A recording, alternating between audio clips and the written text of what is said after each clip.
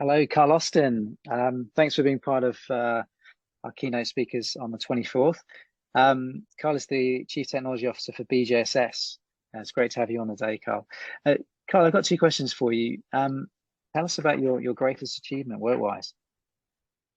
I think I think probably it's helping BJSS develop its data business. It's what I joined BJSS to do nearly 9 years ago now. What a whirlwind of a time! And I kind of joined. There was one, we called them big data project running at the time. One project that was working over loads of data, and that was my specialist area. So now we're over 100 people working on data projects. They help loads of different clients doing loads of different things, all the way from building their first ever data project through to really advanced machine learning that delivers awesome outcomes.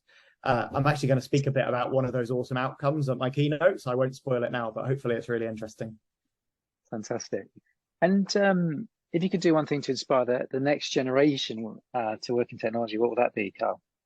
I'm going to cheat a little bit and say something that isn't actually me. I'd give them my uncle when I was at school. So tech was a bit different back then, and we had like a really old computer called an Amstrad CPC 464. It was our first ever family computer, and my uncle worked in software at the time. He worked in a consultancy, actually, like I do now.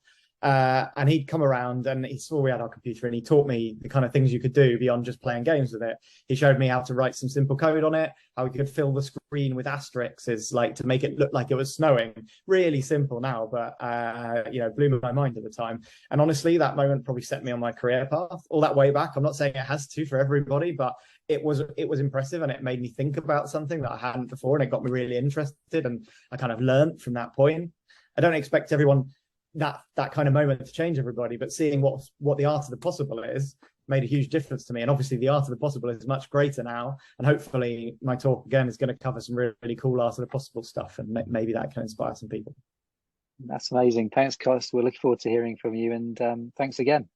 Looking forward to it. Cheers.